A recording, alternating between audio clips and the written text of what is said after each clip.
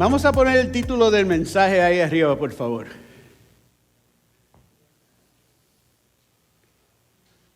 El título.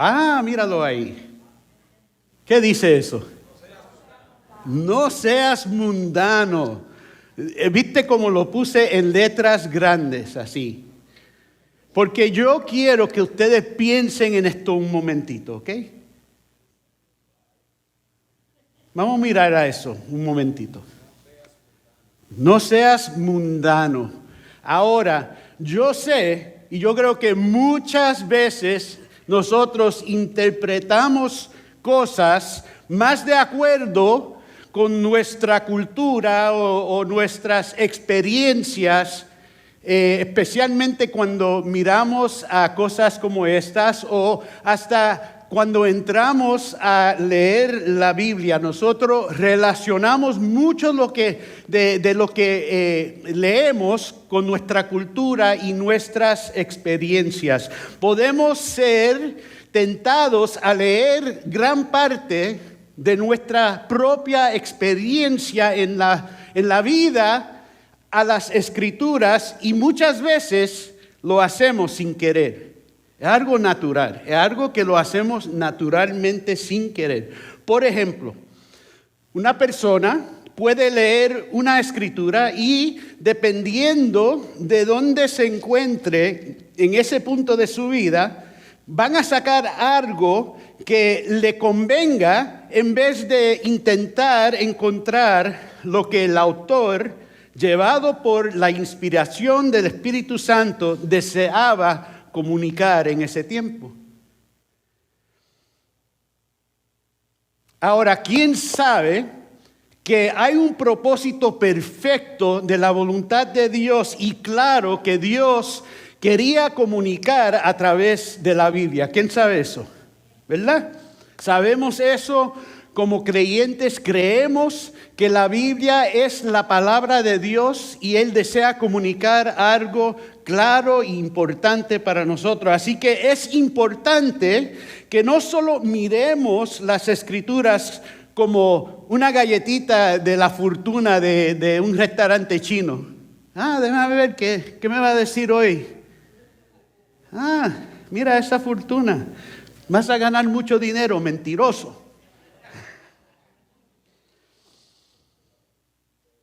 No es una galletita de fortuna que deberíamos tratar de adivinar. Más que todo es la palabra clara de Dios dada a nosotros, que usa un contexto histórico y único como su escenario.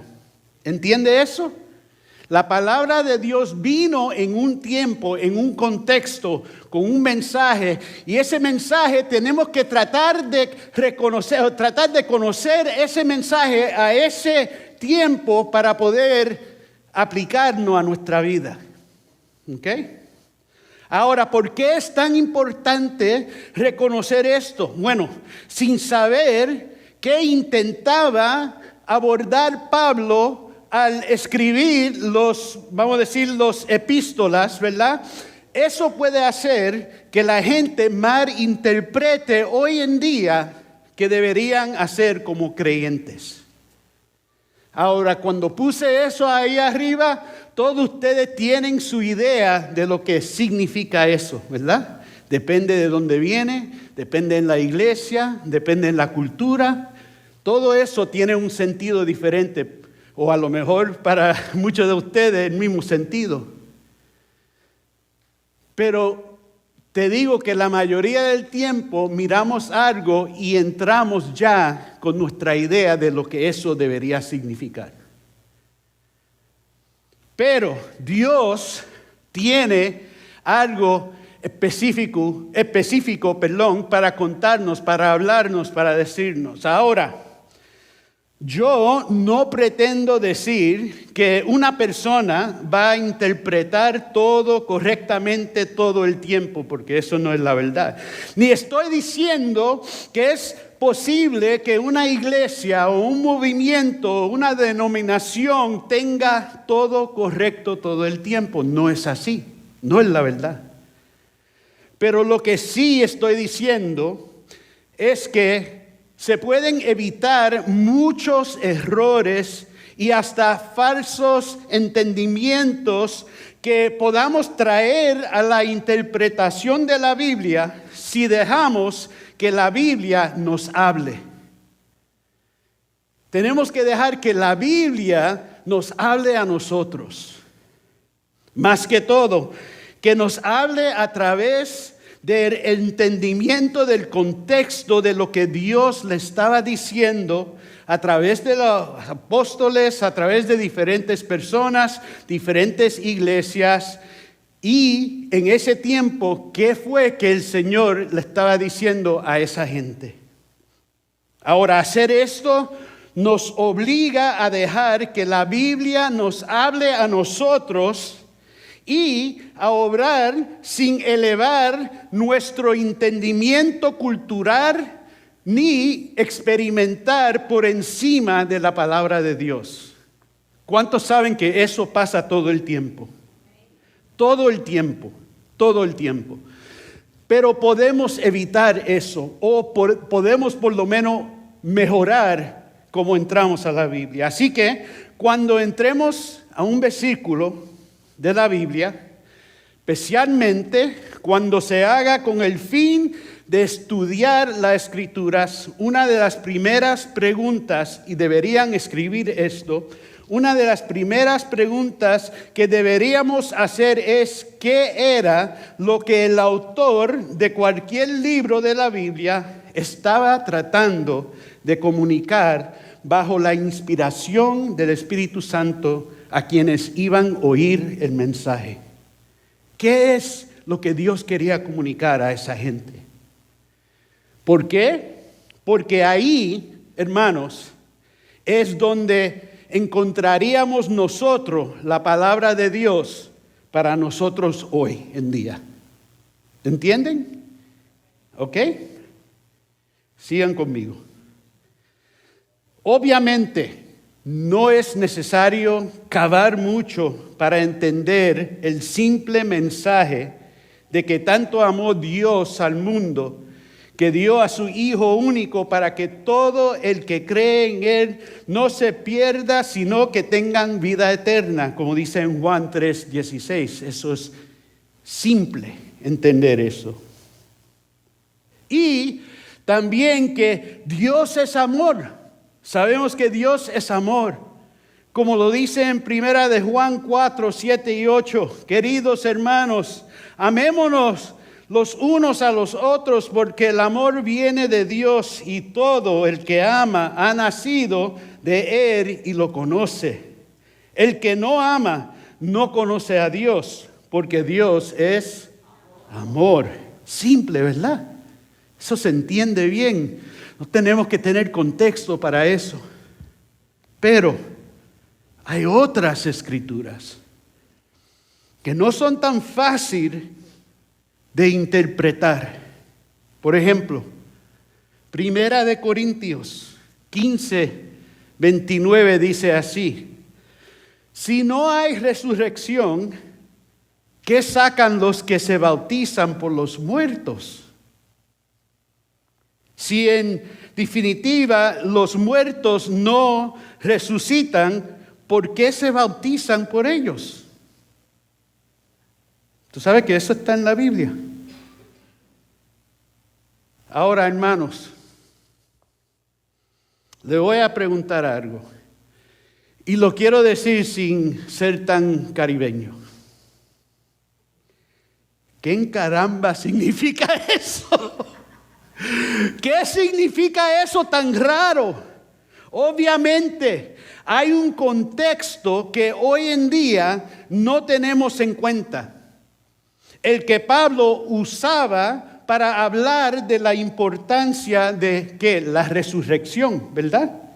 Y ellos tenían una práctica que hoy en día no se practica en las iglesias evangélicas. Aunque sí hay grupos como los mormones, que son una secta, que practican el bautismo de los muertos. Ahora, la pregunta que tengo es esta: ¿el tema de esta escritura es el bautismo del muerto? No, ¿qué es el tema? La resurrección.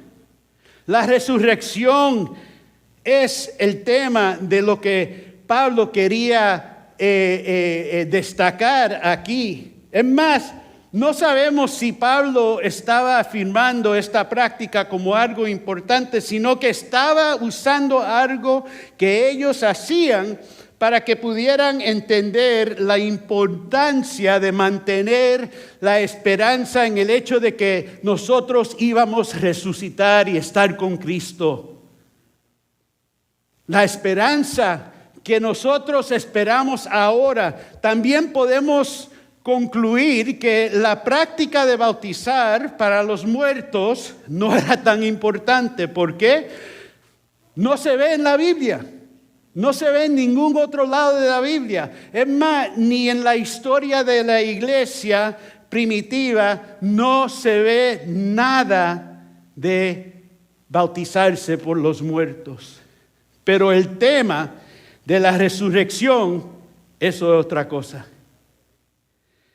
Eso sí se encuentra en una multitud de libros de la Biblia y ha sido consolidado en el fundamento de los credos de la iglesia durante todos los siglos. Es más, nosotros confiamos que es nuestra futura esperanza prometida por las buenas nuevas de Jesucristo y para lo que fuimos salvados. Nosotros lo vamos a ver cara a cara un día.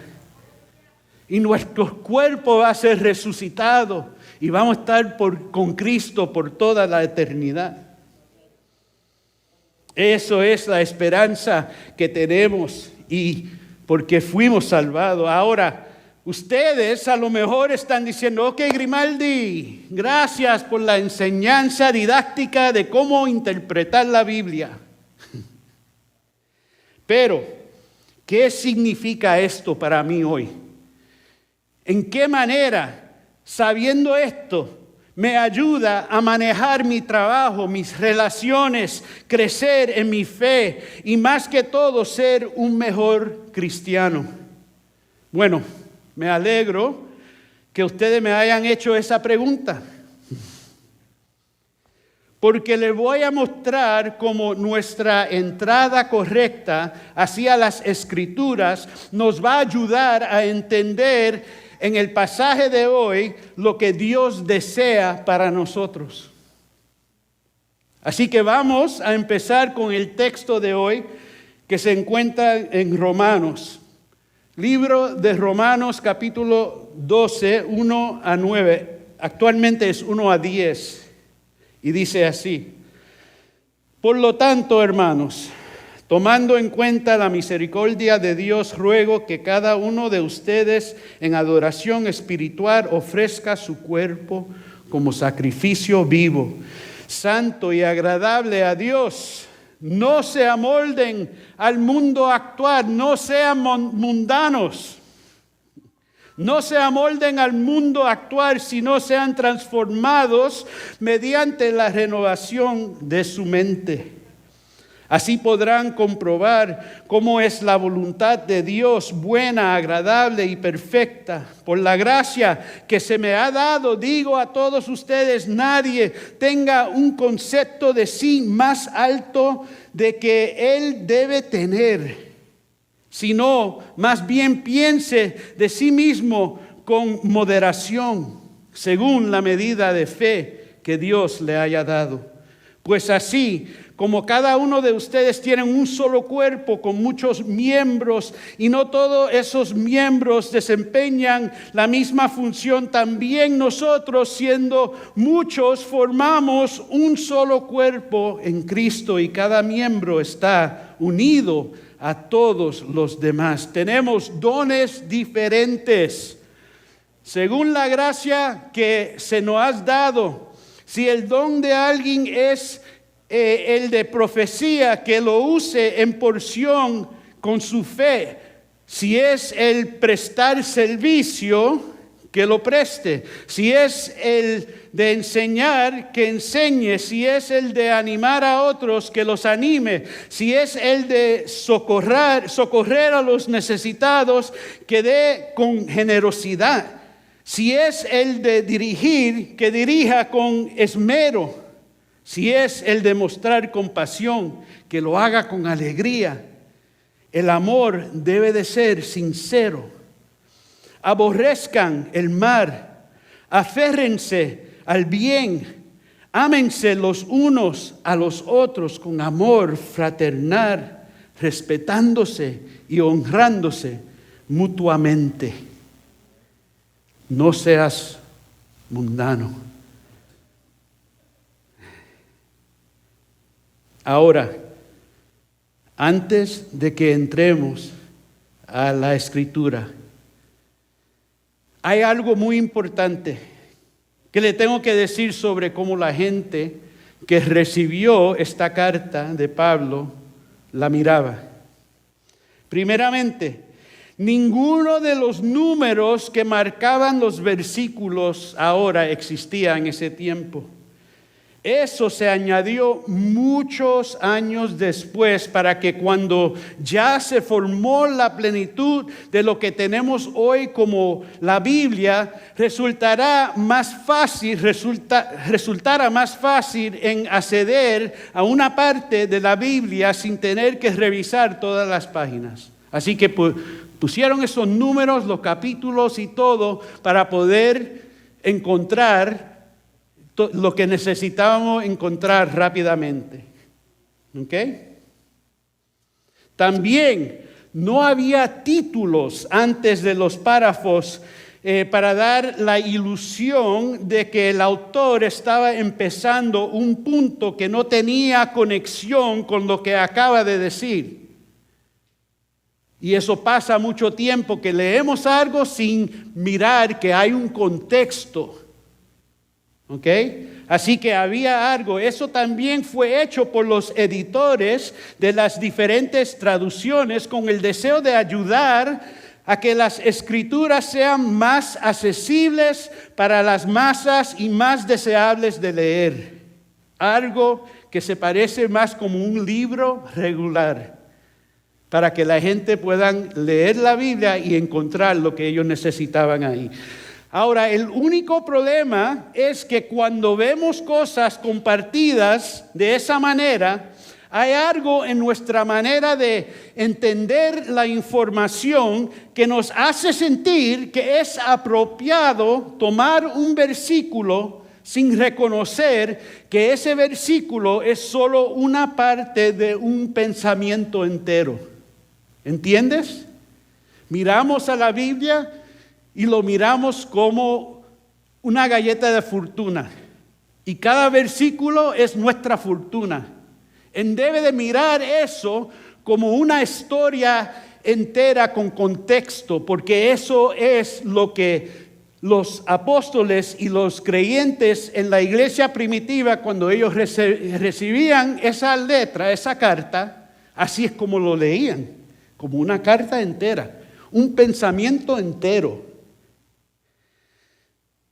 Así que nosotros lo que hacemos es que lo miramos así, y como te dije anteriormente, podemos equivocarnos al interpretar esos versículos así sin mirar al contexto. Ahora, nuestro texto empieza con uno de los versículos más conocidos de la Biblia, que dice: por lo tanto, hermanos, tomando en cuenta la misericordia de Dios, ruego que cada uno de ustedes en adoración espiritual ofrezca su cuerpo como sacrificio vivo, santo y agradable a Dios.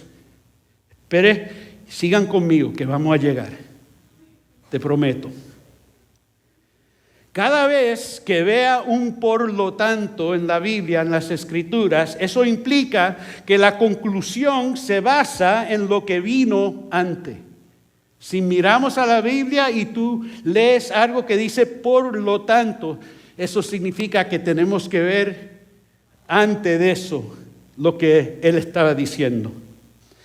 En este contexto fue después de que Pablo explicó lo que Dios hizo por la humanidad cuando dijo presenta tu cuerpo como un acto de adoración. Y todos los capítulos anteriormente de entrar aquí habla de la redención, de lo que Jesucristo hizo en la cruz y todo eso.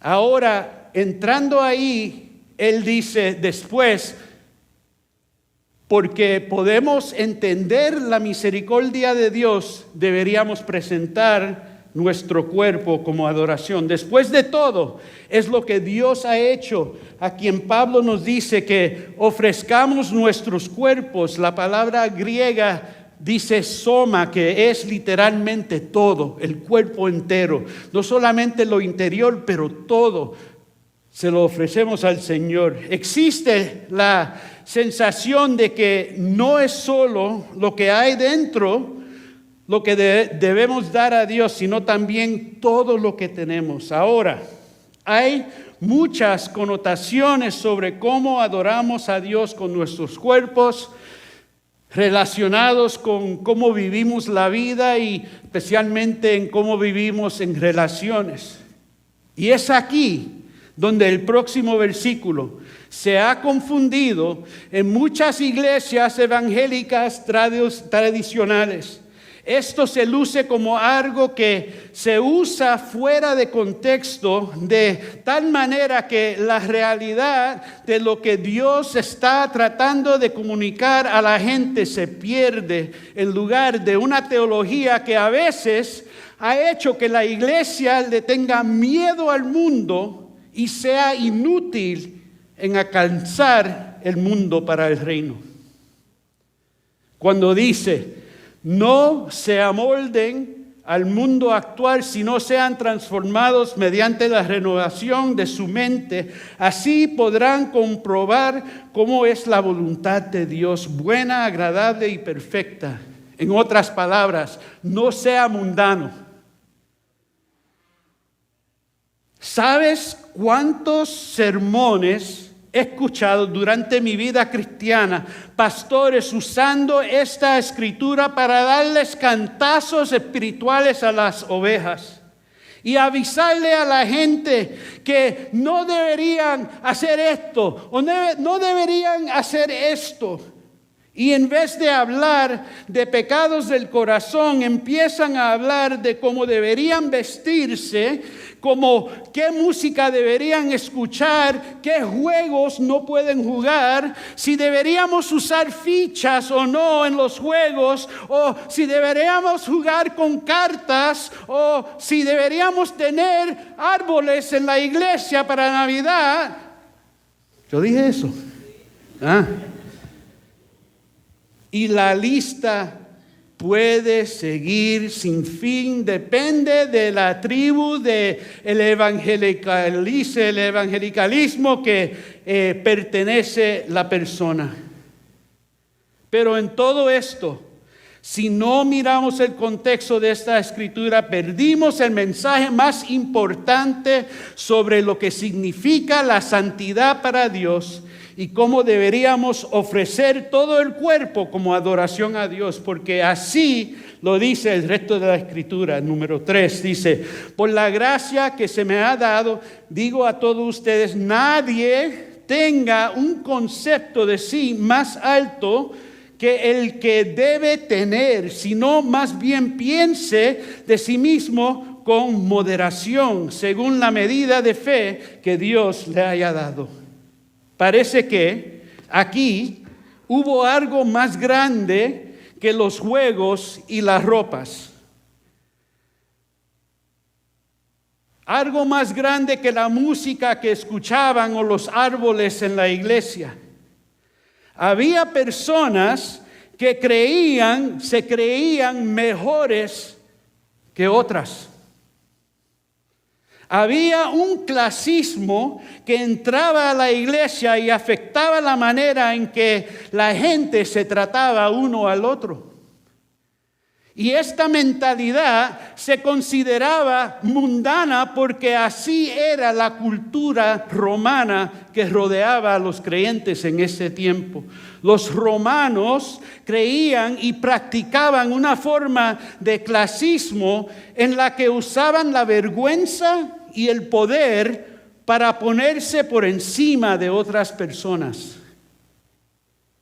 y sentirse mejor. Eso era lo que dirigía el romano, especialmente el romano rico. Si tenía poder,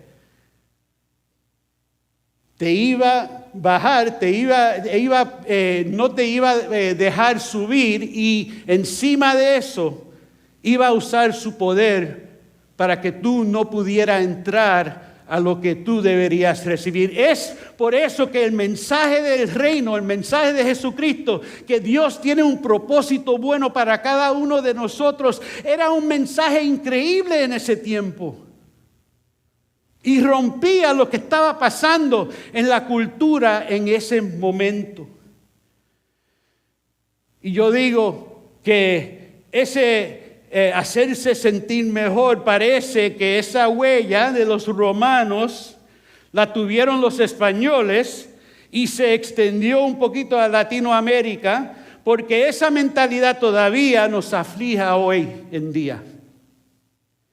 Voy a probar si es un hecho ahora, ¿ok? Esto es un experimento, vamos a experimentar, pero yo no quiero que ustedes conteste con voz alta porque va a ser una vergüenza, pero solamente aquí en la cabeza, sin responder en voz alta. ¿Quién son los mejores latinos? No diga nada. Ahora, ¿quién son los peores? Eso depende del vecino.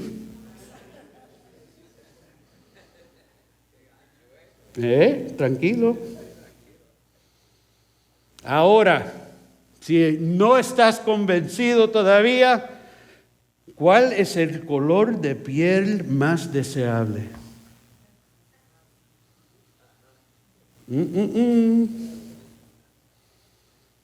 ¿Cuál es el tipo de cabello más deseable?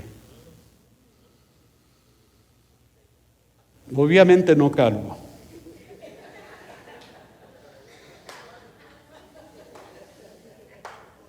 Ustedes se ríen porque ustedes saben exactamente de lo que hablo. Porque esto está enredado por nuestra cultura, no importa el país. No importa el país, hermanos. Hermanos, les tengo que decir que la mayoría de nuestras respuestas a estas preguntas son lo que Pablo estaba avisando, que no deberíamos amoldarnos al mundo. ¿Tú ves el contexto? ¿Lo ves? Está ahí mismo. Pero si sacamos un versículo y después entramos a ese versículo con nuestro deseo y nuestra idea de lo que ese versículo debería decir, empezamos ahí mismo a poner normas encima de normas y leyes detrás de leyes encima de gente, y somos peores de los hebreos, de las leyes de los hebreos, que el Señor nos salvó de esas cosas. Mira el contexto, hermanos. No podemos coger una escritura así y después traer nuestra cultura, sea conservadora o sea liberal o lo que sea, todo en el medio. No podemos hacer eso, porque la Biblia tiene un mensaje fijo y quiere hablar.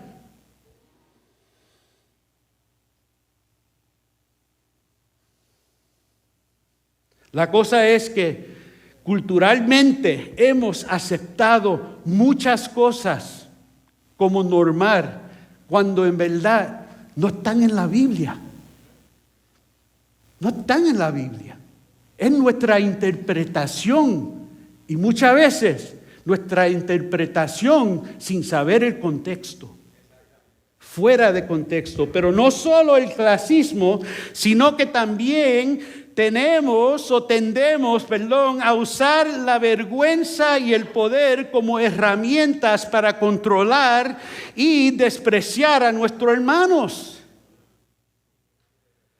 Pero mira lo que Pablo nos ofrece como antídoto contra el clasismo, o mejor dicho, el pecado de sentirse mejor que el otro, porque vamos a llamarlo lo que es, pecado.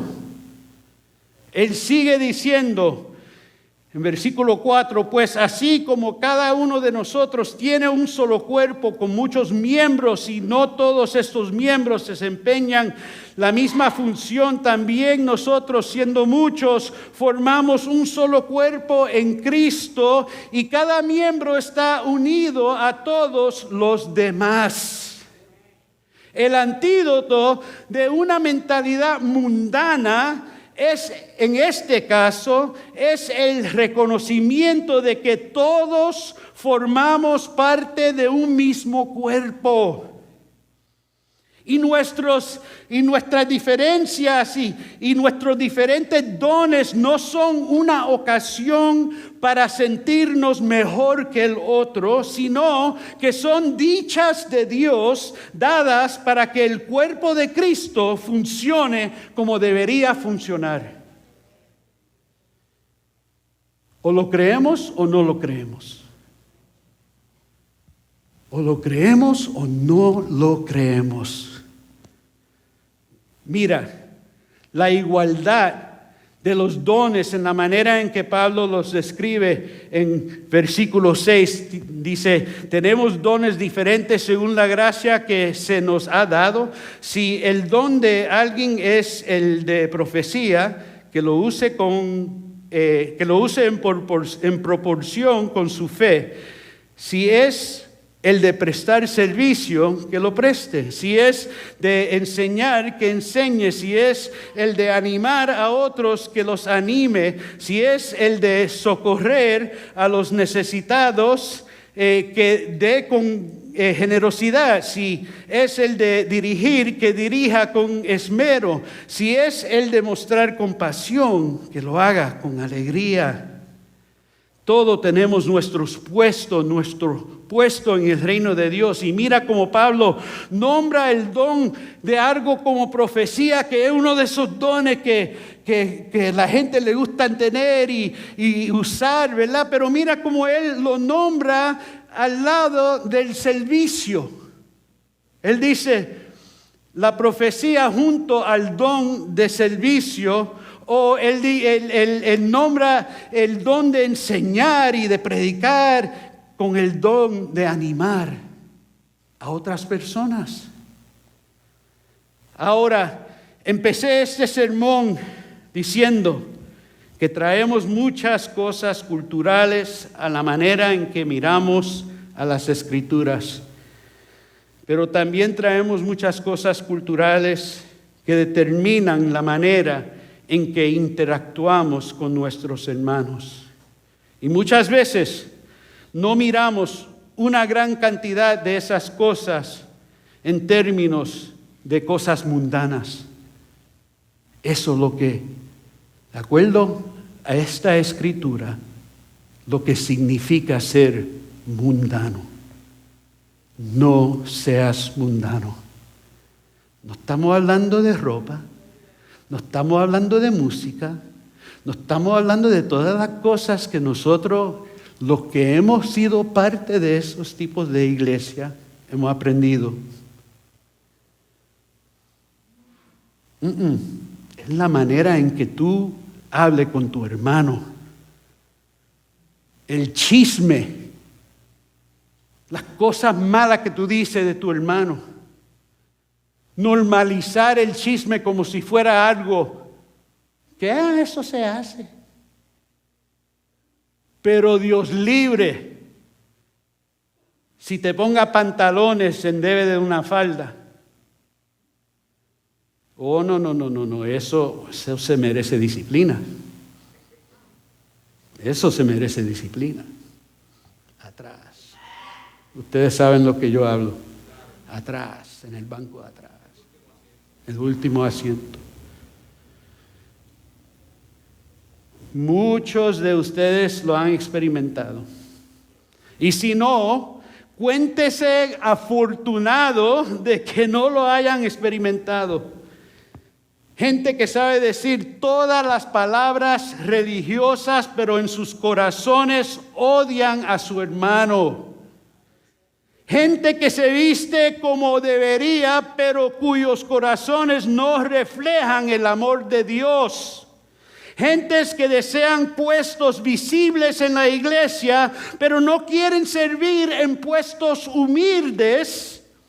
Y peor aún, tratan a esa persona como si fuera un sirviente en vez de alguien que sirve por llamado. Yo puedo seguir dando ejemplos y a lo mejor algunos de ustedes se sienten un poco incómodos o sienten la convicción del Espíritu Santo, depende. Pero tranquilo, ustedes no están solos. Yo también viví esa religiosidad amarga durante muchos años. Y de vez en cuando todavía brego con las cosas que suelen apartarme de amar a mis hermanos. No siempre es fácil amar a la gente. Hermano, esto es glorioso. Esto, de vez en cuando nos da problemas. Esto es glorioso. Yo, mira, puedo estar aquí en el altar adorando y alabando al Señor, pero de vez en cuando me quiero ir lejos de mis hermanos. Porque algunos son pesados, como dicen los chilenos, pesados.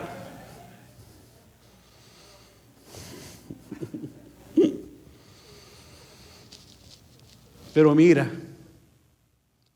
el llamado hoy a nosotros, no sea mundano. No sea mundano. Mira lo que dice versículos 9 y 10 y con esto vamos a terminar. El amor debe ser sincero. Aborrezcan el mal, aférrense al bien, ámense a los unos a los otros con amor fraternal, respetándose y honrándose mutuamente. Hermanos, la realidad es que casi todas las veces que la Biblia nos advierte contra ser mundanos, casi todo, si no todo. Yo hablé esto con mi esposa porque ella y yo hicimos este estudio juntos. Y ella dijo que no hay ningún lugar a donde la Biblia dice mundano que no significa la relación con el hermano.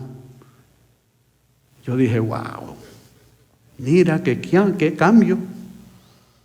Mira qué cambio, porque yo no aprendí eso.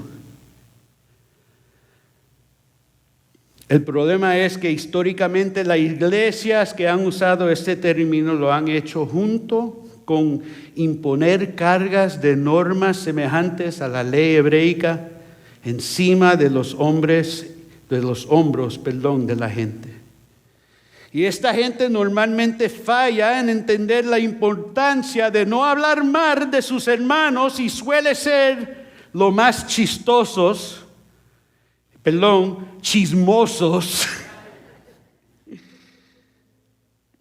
Y lo irónico de todo esto, hermanos, es que eso actualmente es lo que significa ser mundano.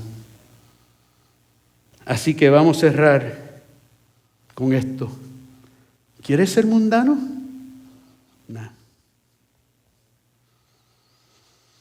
Yo no quiero ser mundano. Yo quiero amar a mis hermanos. Yo quiero apreciar los dones que cada uno de ustedes tienen. Yo no quiero tener una falsa religiosidad sin tener amor en mi corazón. Despreciando. La batería se está terminando, se está acabando aquí. Despreciando cada uno de mis hermanos. Yo no quiero eso. Vamos a ponernos de pies, por favor. Mira, hermanos, la buena noticia en todo esto es que el Evangelio es suficiente para sanar esa mentalidad mundana. Solo tenemos que arrepentirnos, confesar nuestra actitud y pedirle perdón a Dios. No hay vergüenza. Vamos a sacar esa vergüenza, ese tipo de vergüenza. Ahora, yo sé que hay un buen tipo de vergüenza, que es bueno tener vergüenza, pero esa vergüenza que no deje que nosotros podamos ser honestos delante del Señor, que no nos deja ser transparente y real.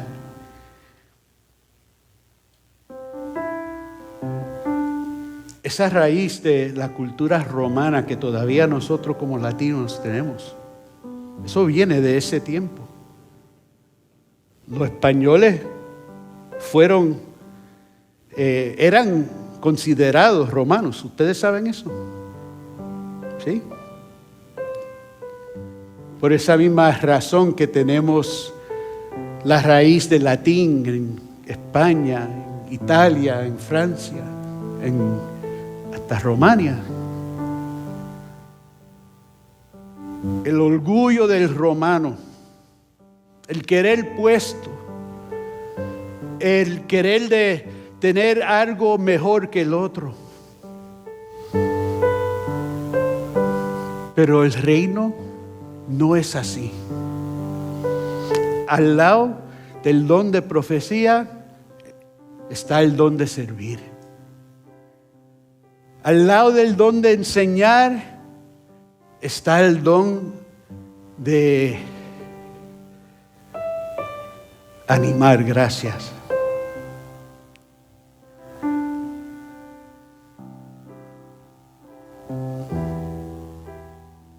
Oremos. Señor, te damos gracias.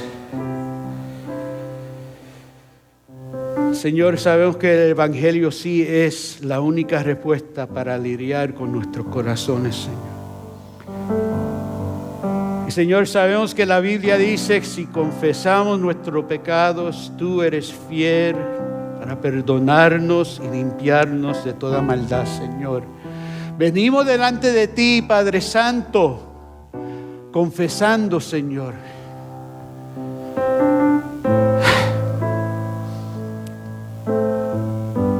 que nos gusta mucho, Señor, venir y adorarte y alabarte y tener esa relación vertical contigo, pero Señor, esa relación con nuestros hermanos es difícil.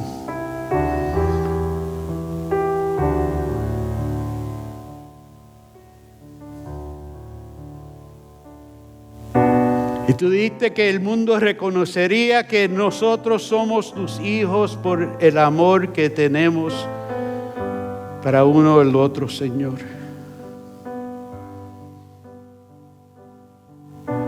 Así que venimos delante de ti, Señor, y te pedimos perdón, Padre Santo.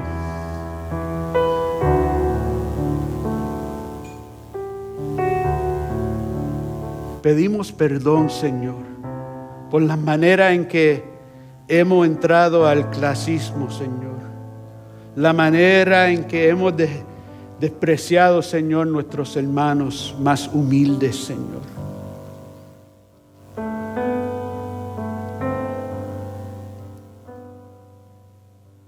Por nuestra mentalidad, Señor, de qué es mejor o qué es peor. Y especialmente, Señor, de no reconocer que ser mundano es más de nuestra actitud y corazón que lo que nos ponemos o no nos ponemos, Señor.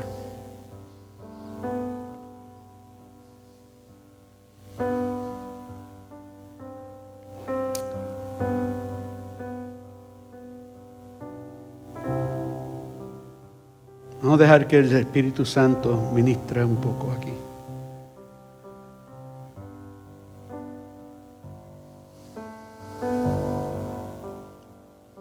Mira, lo bueno es que sí, tenemos un Dios que está disponible y dispuesto para perdonarnos y darnos una mentalidad diferente y lidiar con nuestros corazones y ayudarnos a llegar a ese lugar que Él desea para nosotros. Así que, Señor, venimos delante de ti.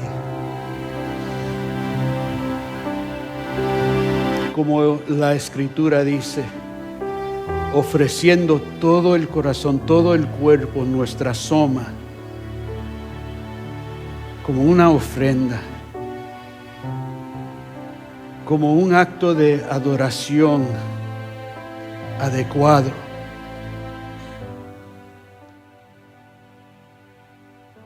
Ofrecemos todo, Señor. Nuestras actitudes, Señor, nuestra mentalidad, Señor, nuestra manera de mirar a nuestros hermanos. Confesamos, Señor, que fallamos a donde deberíamos mostrar amor e igualdad, Señor. Fallamos.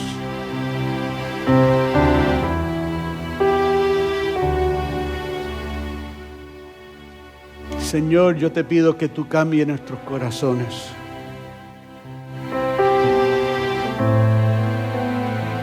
Y que tú hagas tu obra en nuestros corazones, Señor.